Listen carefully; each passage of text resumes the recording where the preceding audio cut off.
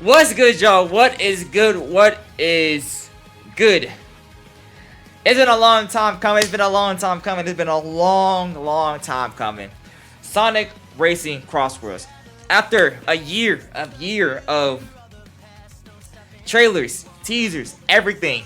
Not only is the game out, but it's been out for a couple weeks now, and I think it's about time we do a nice review of the entire game. Because now I have basically experienced all the single player, except Race Park. I will play that, and I've been watching it a lot, but I haven't really played it myself still. But I have played everything, time trials, online, the single player and everything.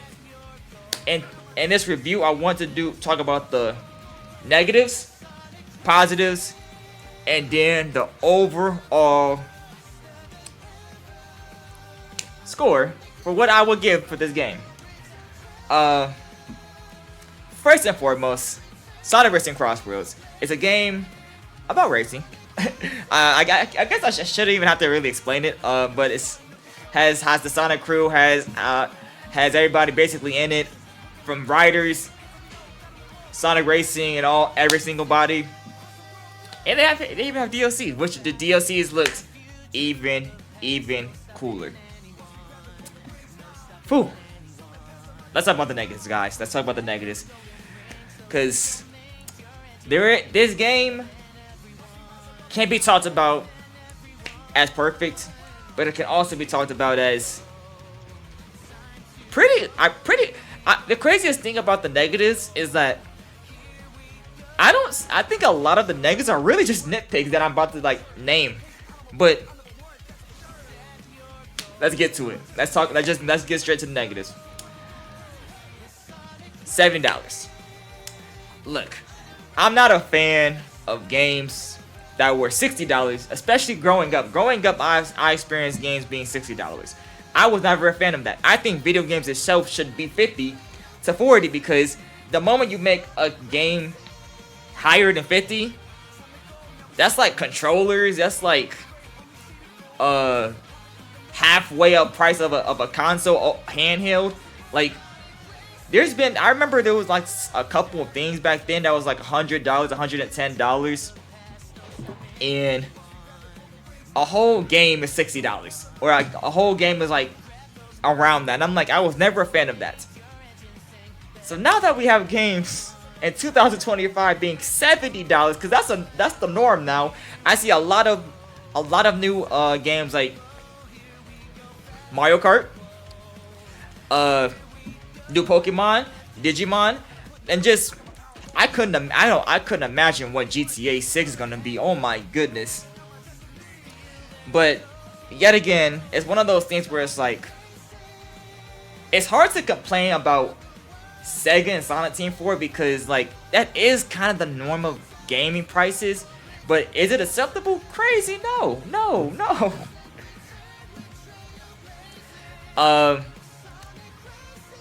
Cause at the end of the day, $70 is still just a lot, bro. $70 is still just a lot. Like, I couldn't imagine like back in the day if it was $70 how it would be. Cause this, it probably would have been worse. It probably would have been a lot worse. Yeah, so that's really not the first negative I will really say. $70 is a lot. And the craziest thing is, yes, games could be game of the year. Wonderful games, whatever type games.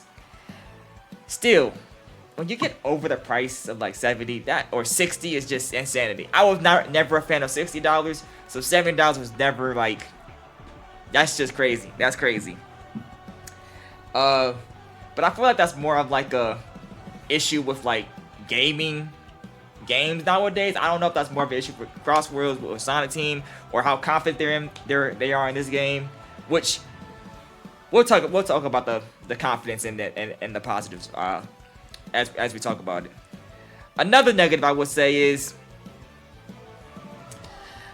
the DLC is not having voices. I don't mind SpongeBob not having a voice because I can understand that's a lot of money. I'm pretty sure that you have to do all types of business and everything like that. Like, there's gonna be characters that don't have a voice just because you're gonna have to pay lots and lots and lots of more money. And I understand that. My issue is Werehog is owned by Sonic's team. Persona is now Sega, and you got characters and that's actually from Sega that don't voice, and it's like that's a bit odd. That's a bit odd. I personally don't see. That is more of a nitpick though, because I'm gonna be honest. As you continue to play of the game, especially like I see it was an issue in the beginning of the game, but I feel like the more you play it, because trust me, it gets addicting, guys. It gets crazy addicting. You kind of don't care about it anymore. Like it gets to a point where you kind of don't care about it, but it definitely, I can understand why people would get upset about it, because you definitely want to hear like some type of voice line where like SpongeBob's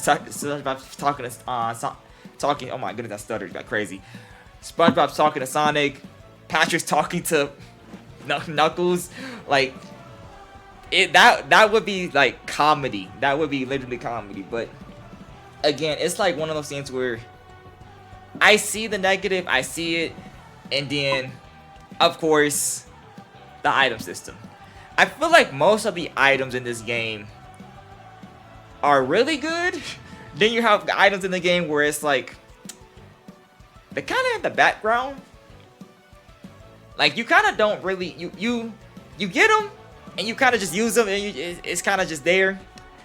I don't really like how the green missile and then red missile is literally a lock on.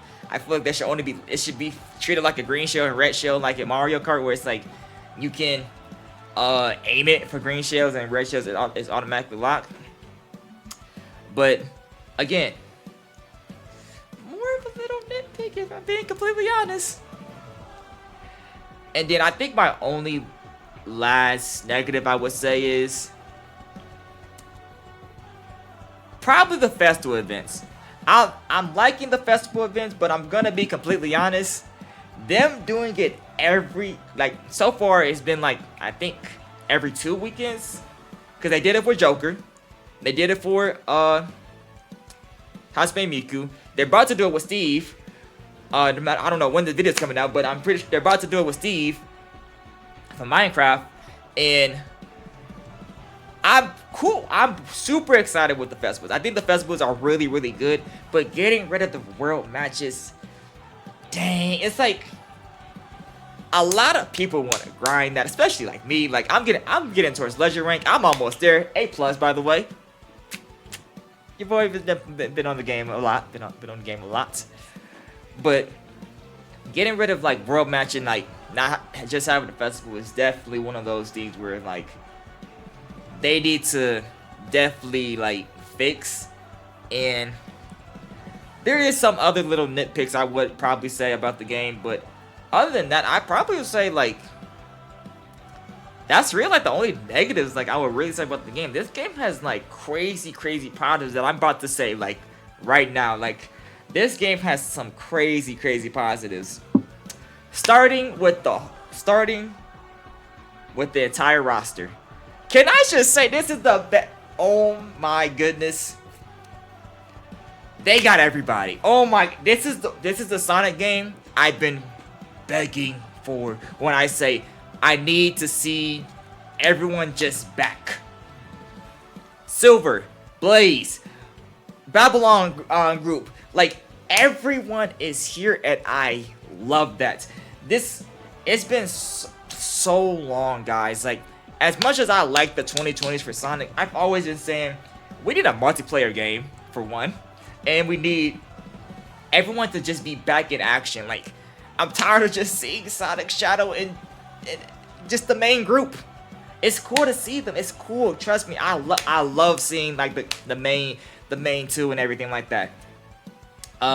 Tails, Knuckles, Amy, Shadow, Sonic. Like I love seeing all of them. But can I see the group? Like everybody? I just want to see everybody. You know. And this game does it so well. The interactions for everybody feels so good. It's 3 hours, by the way. it's like a whole, they all interact with one another, and it's like a 4-hour video. I don't even know if I want to react to it, but at the same time, I don't know if I'm going to make that a video or not. Because that's 4 hours, dang. That's longer than Forces. Crazy. But like, yeah, the roster for this game is so good. That's not even to mention that, yes, I do understand the DLC characters are not talking. But when you have a roster like this feels like Smash Bros. All over again. I freaking love it. I'm gonna be honest, absolute cinema. Absolute, just amazing. Like, you got Steve from Minecraft, SpongeBob, Pac-Man, Mega Man, and we haven't even seen, they said Avatar, and we haven't even seen Aang, bro. This game is like, I can see this lasting for a good minute, bro. Oh my goodness. That's not even to talk about the gameplay for the game, because I've been talking about everything else, and gameplay is straight up addicting. I'm not gonna lie. This is probably the most addicting game I think I've ever played, which is so funny because, like, I'm having fun with it. I think it's one of the most fun Sonic games I've had. I still personally would not put it in my top 5 most fun Sonic game I played. Probably would be like number 6, number 7. Because nothing, I'm going to be honest, nothing's really beating like Frontiers for me and Unleash. And then like another 3 Sonic games. But it's so addicting. Like, the moment every single time I feel like I want to get off the game, I just want to play more. I just want to keep playing. And I think that makes racing games just so phenomenal. Like, I haven't been addicted to a racing game since Mario Kart Wii. I love racing games. I'm a guy who played almost dang near all the Need for Speeds, all the Mario Karts. I played a lot of the Sonic Racing, Sonic Riders, and everything like that, and just a lot of other genres from racing games. And I feel confident saying this is probably the most addicting racing game probably ever. It's definitely the most I can just get on, love, play for I don't know how long, and just keep playing. And I think what makes it wonderful like that is the fact that the single player is so amazing. This has, I'm gonna keep it a buck. This is the best single player racing game I've ever played. I think single player racing game, I've always said, I think the Mario Kart DS was always like the limit because it had like the boss battles, the missions, and everything like that. And I always like Mario Kart DS. Single player for Mario Kart DS was like the best to me before this game. Because this game makes me want to do time trials. I don't like time trials in any racing game. But I actually want to do it because I can get achievements, music, like other type of things where I can like have fun with and actually challenge myself. Like, the single player in this game could dang near be a video itself because it's so good. The Grand Prix, the rivals feel, oh my goodness, bro, I can't, feels like I'm lazy in this game, but I'm gonna be honest, the rivals feel way better than the people you go online with. There be times I'm playing against a level 10 rival, and I'm like, bro, I feel like this is harder than going online. Why am I getting first place a lot online than when I go against a rival? I'm losing. I'm like, wait.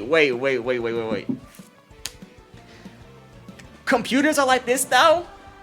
Hey, sign me up. Because I love when computers are literally, like, on my type of scaling where I can, like, not one lap them or whatever. Because, holy crap, I will be honest.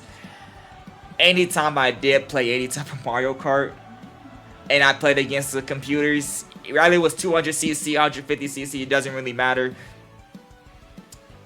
Yeah, it was kind of a bad watch. Because I would just lap them back, basically. Or get really far. This one, you gonna have to work. Because I'm not gonna lie, the one crazy good thing about this game, too, is you gotta try. You can't be in last place, get like a drill / bullet, because that's basically what the item is pretty much, and get from last place to first place. No siree. You gonna have to stay in first place and just grind, get the shield, get the tornado.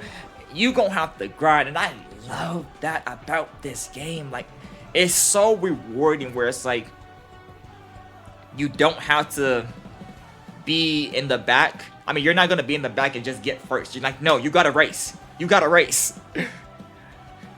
and it gets crazy hectic, of course, in the last lap. Especially Chronos. Oh my goodness, Chronos is still my favorite one. I can't talk about how much I love Chronos. I'm probably gonna do a tier list one day of like all the maps, because the maps are so good. It's so good. But yeah, the single player is just fantastic. The ticket system just makes it like more and more compelling to get, and just the stickers is just so amazing. Not to mention customizations for the car, for the gears, the gears gadget system. You're gonna have an amazing time with every single thing when it comes to just gadgets, gears, the system of like boost speed and whatever one which one you pick. It's so phenomenal, bro. And one thing I think I love most about this game is online. It has its times of being trippy, but it is straight up phenomenal. I've played a lot of online games in my entire life when it comes to like fighting online games, multiplayer online games. The fact that you can just quickly queue up a lobby, get into a lobby with full 12 players, by the way. Yeah, a full lobby, guys.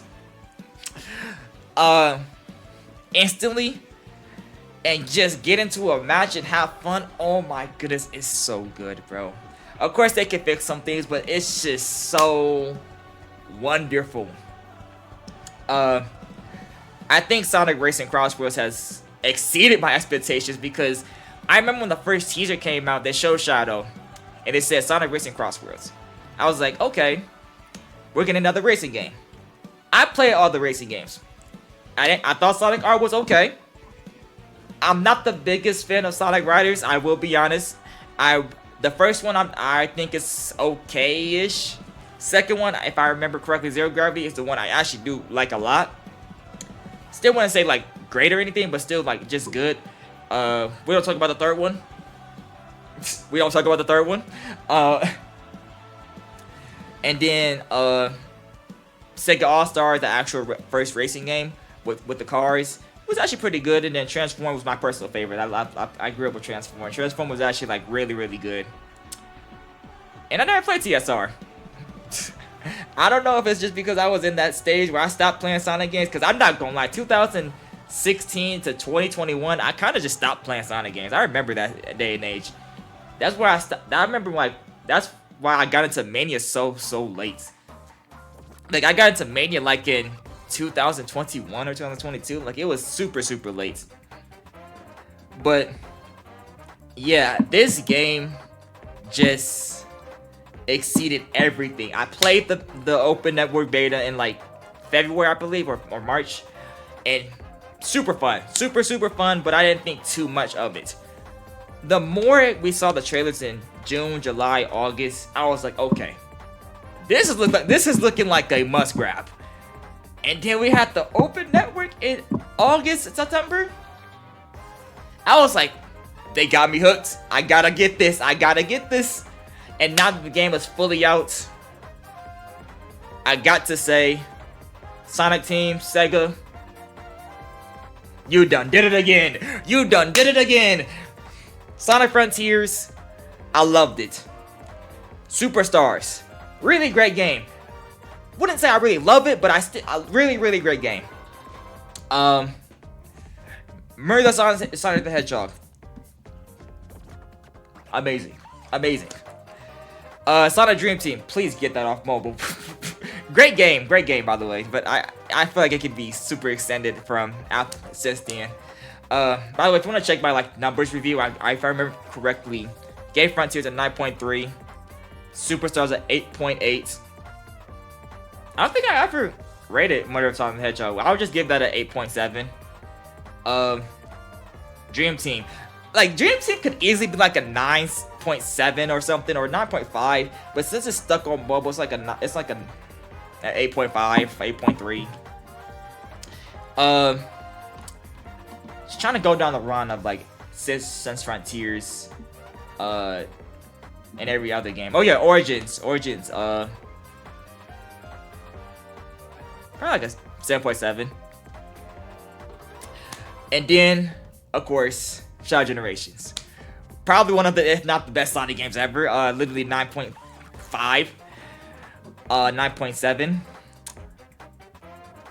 Crossworlds. I had to think really hard for this. Of like where I would rank Crossworlds when it comes to best Sonic games. And like where would I rank it like right now.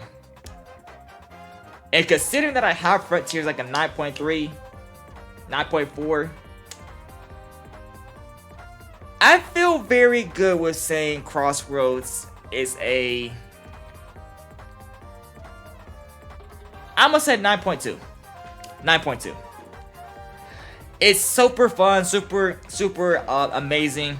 I feel like the only issues you could have of it is like nitpicks, which makes it like lower. But like, it's addicting. It's crazy fun. Definitely one of the better games of 2020s. Of course, Sonic's been killing it though. Like the movies, he's been killing it. Like the games, he's been killing it since Frontiers. Like I'm gonna be honest, I feel like every game has gotten better every single time. Like, heck, Metacritic rise. Metacritic is Frontiers is a 70, Superstar 73. Shadow Generations is like an 80. Crossworlds is 80. Crossworlds like an 82, 83. So like, he's just been going up, and I love to see it. And of course, if you guys want to see some more Crossworlds, y'all know what to do. Like, comment, subscribe, and share. But yeah, this game is amazing, addicting. I gotta play Loki right now because I'm not gonna lie, making this review makes me want to play it even more. But yeah, you guys take care. Have a great day. And that 35th anniversary is looking very spicy. I'm not gonna lie, that 35th anniversary looking very spicy. Frontiers 2, new game. I'm not complaining for either or, but next year could be a crazy good year for Sonic again.